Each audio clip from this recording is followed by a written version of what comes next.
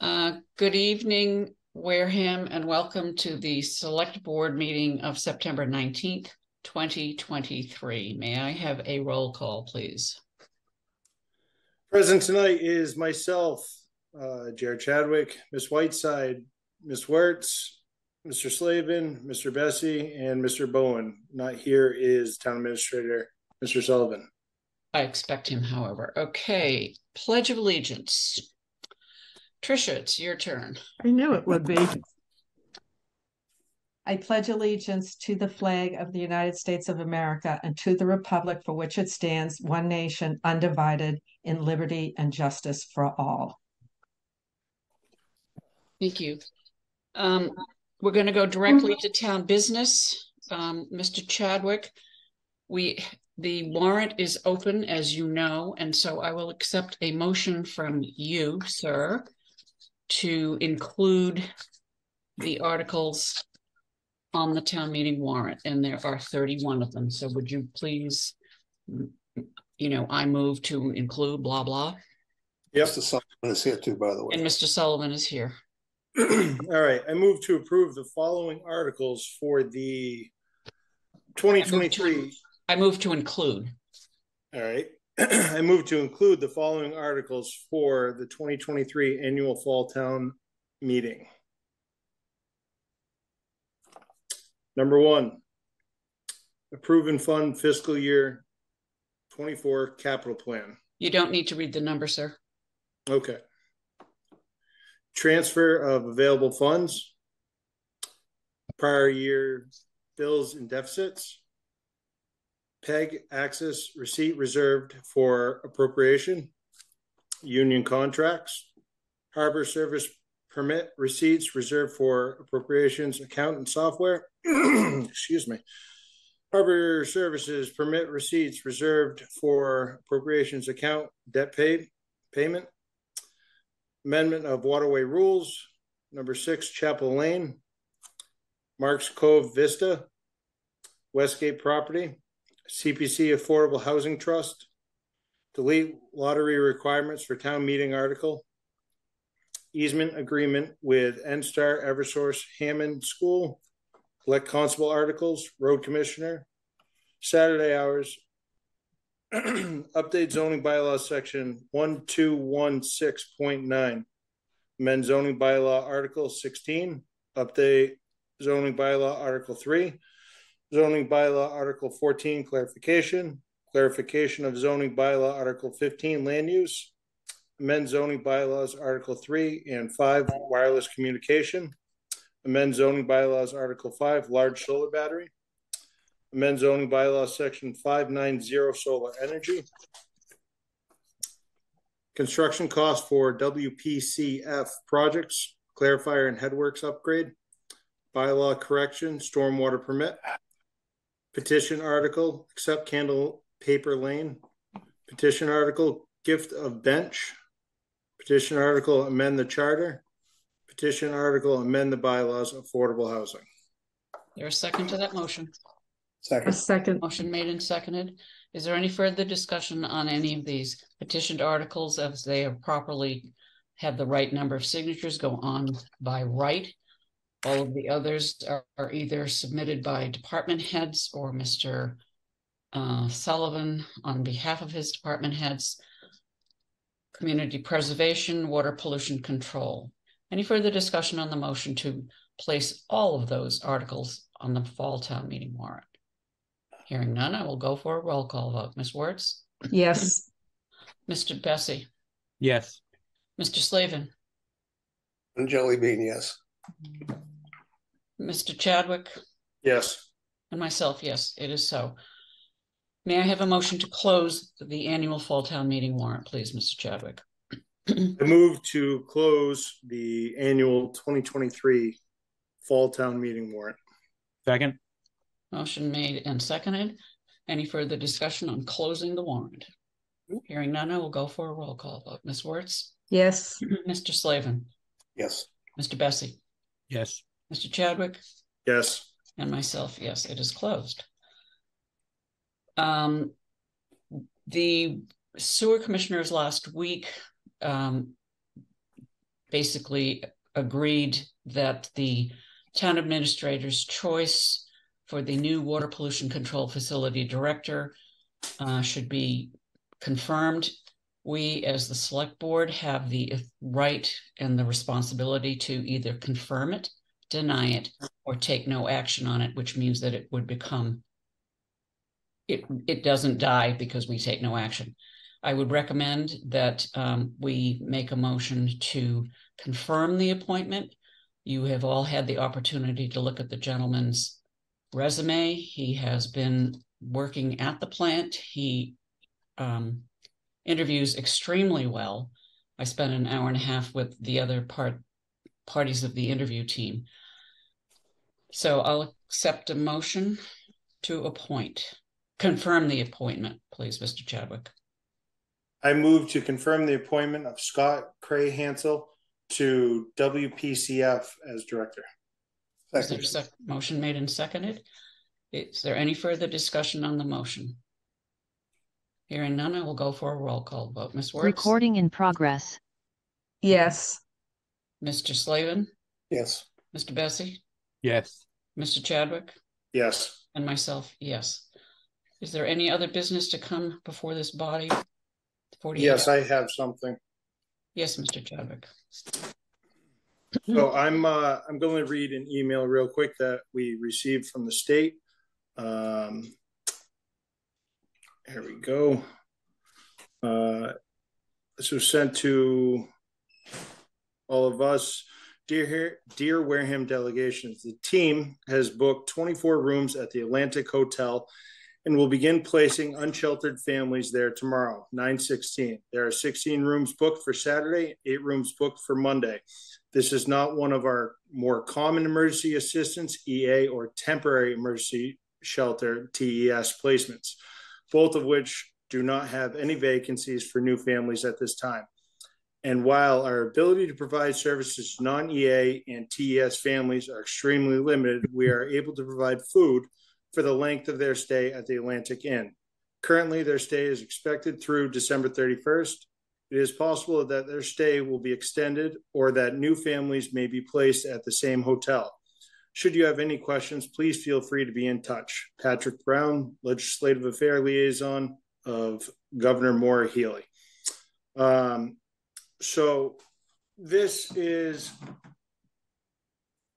put on by the state for families that are, I'm not sure if they are homeless in other towns or if they are non-U.S. citizens. The reason I bring this up to you tonight is the state is, as many know, are putting unsheltered families in vacant places all across Massachusetts right now, including a lot of them to be veterans' homes. Atlantic Motel was denied for veteran housing already, and they've now decided that they can do this. I've run into many homeless people in town, including today, talking to a mother who will be homeless in 11 days with 2 kids, one with autism.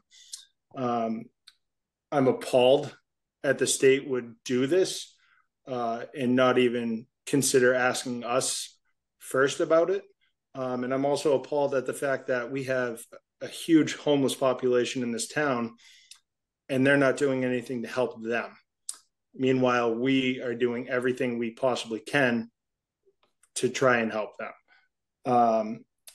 I think at this point, with the amount of people that have already started talking to Mr. Brown, I would like to ask for a letter to Governor Healey in opposition of this being forced on us. Is that a motion? Yes. Is there a second to that motion? I second that. Okay. Mr. Sullivan, I'm going to ask you to weigh in because there's some details, Mr. Chadwick. The motion is on the floor. There's some details that I would like the public to know that Mr. Sullivan can fill us in on. Mr. Sullivan? I had sent something to to Mr. Brown beforehand. Wareham's a community that steps up. We've worked with the Commonwealth on another location within the community, and we'd had a briefing on this last week. No mention of anything more coming to Wareham. And my concern was that 22% roughly of the communities in the Commonwealth, including Wareham at the time, had already been chosen, for lack of a better term, for unsheltered. And again, that's something we worked with them on. So for them to come back to us, I just thought it's not right.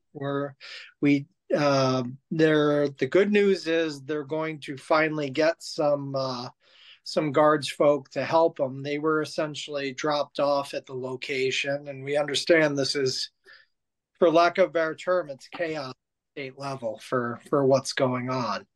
And that's in the Atlantic Motel's an unsprinklered building.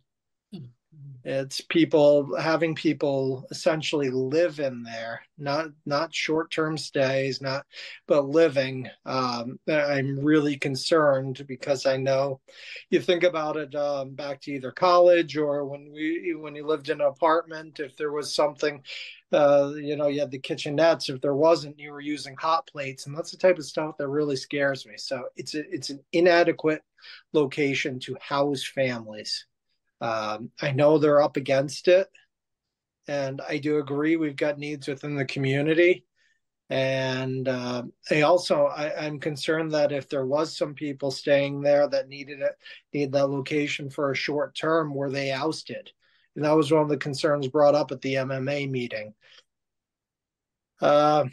It's I would say send the letter. I don't know what's really going to occur from it, but I know we're really concerned about this. And again, we've been part of helping before, so to come back to us and now I'm uncertain, once they choose a location, does it mean that you're just going to keep on getting inundated? And again, we don't have the resources for this.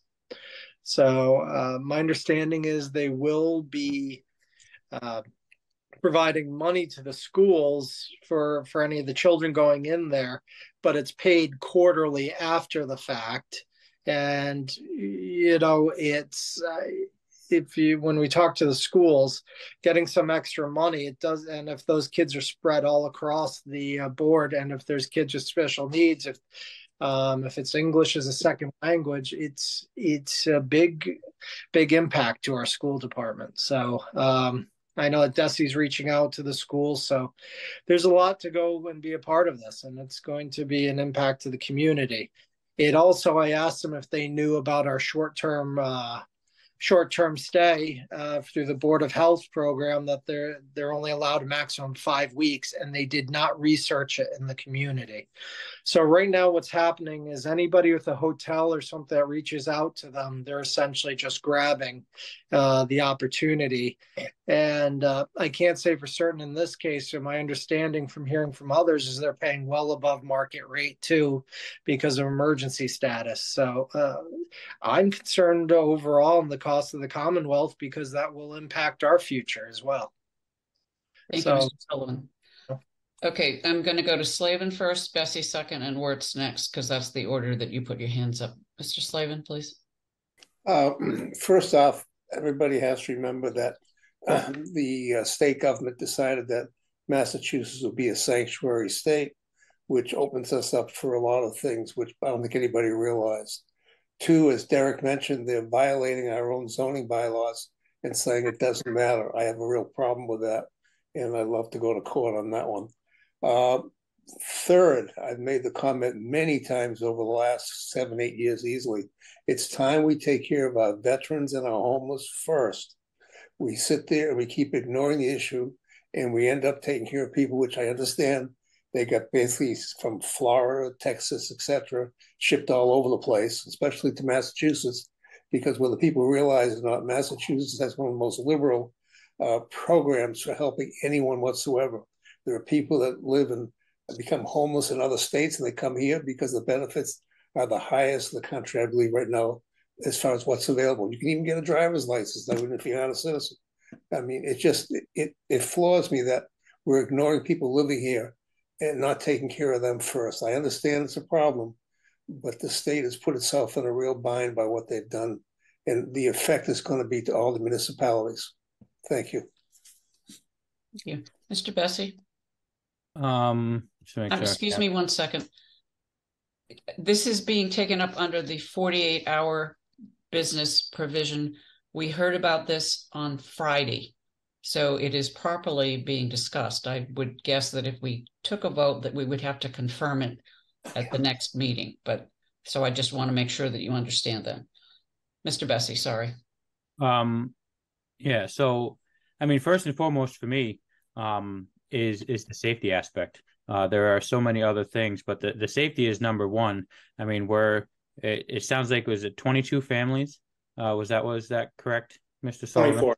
24. Okay. So 16. Okay. So we're sticking 24 families. We don't know how many actual bodies. So we're sticking 24 families into a location that isn't designed for what they're using it for. Our emergency services are tapped enough with everything that we deal with just in general in town. It only takes one little thing to happen in one of those rooms for us to have a really big problem on our hands. That's the first thing I see that the state has made a really big mistake, is putting those families that are in need in safety issues. Number two is, we have veterans, we have homeless people right here in our own backyard. And it seems like it doesn't matter what we try to do, we can't control that situation or fix it, but yet now we're tasked with the responsibility of taking on 24 families that we don't know the dynamics of, how many kids, the school system, emergency services, all of these different things. And, for us not to even be able to have a conversation and voice our concerns, I think is a really big problem. But, as Alan has said, the state has made a lot of missteps with some of the decisions that have been made up at the top, and now it's trickling down, and it's not only going to affect us, but it's going to affect other municipalities and towns that are struggling with issues already.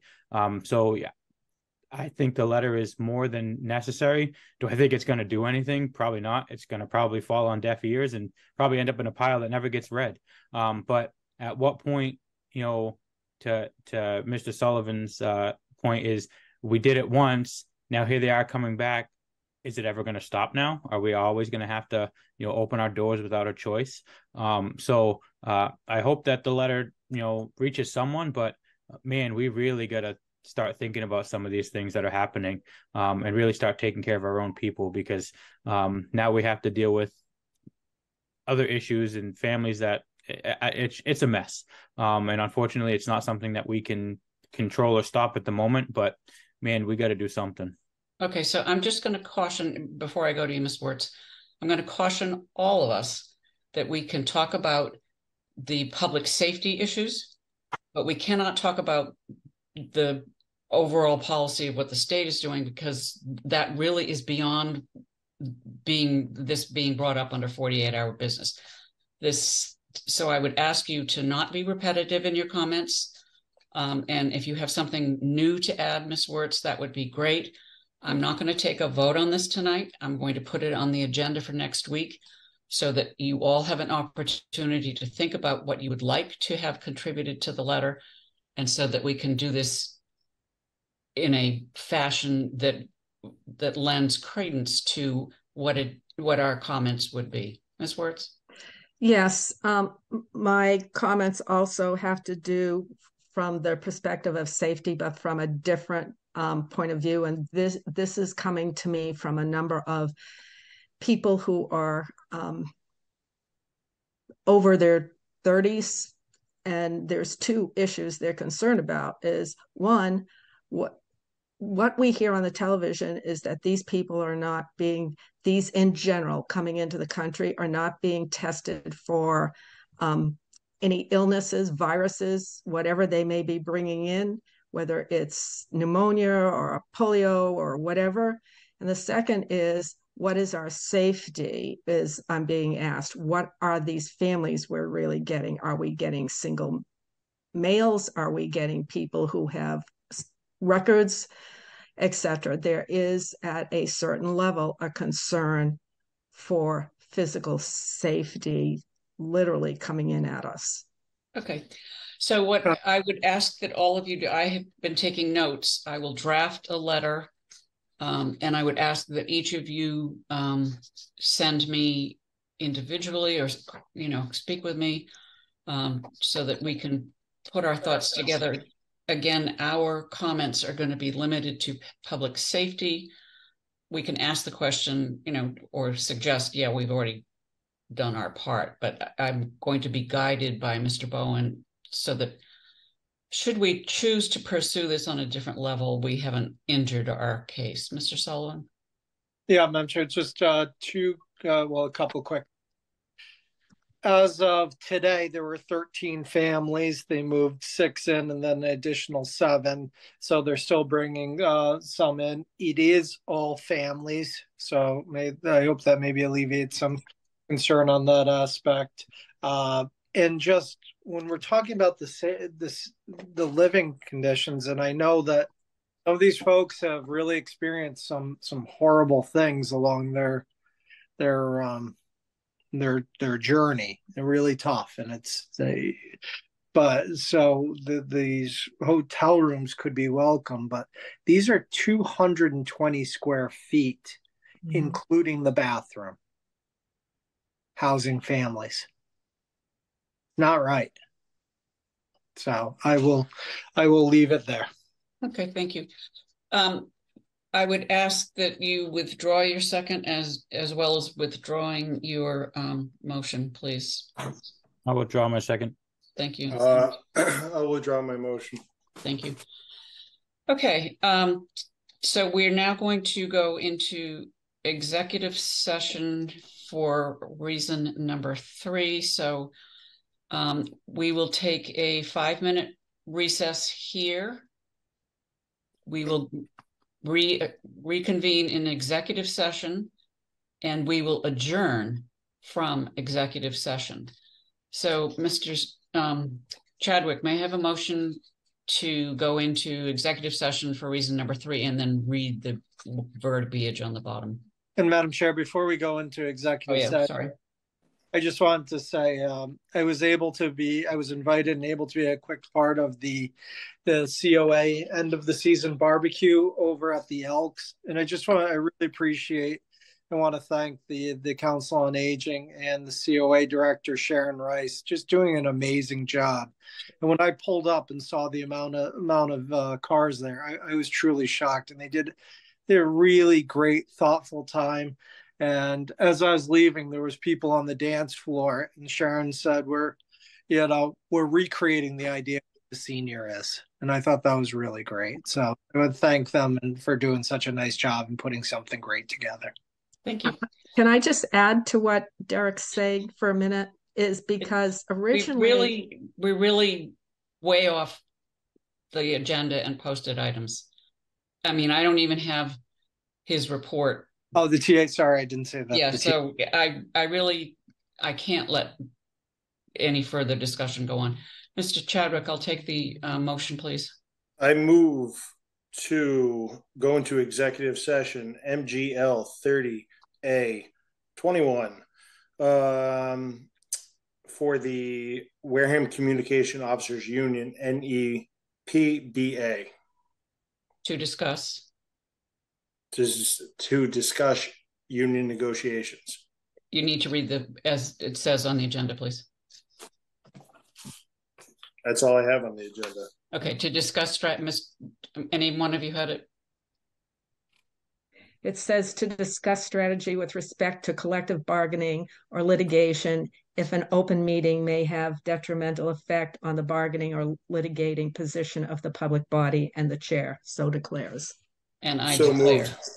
So Mr. Chadwick has made the motion. I declare it. And who is going to be seconding that? Second. Second. Okay, Mr. Slavin.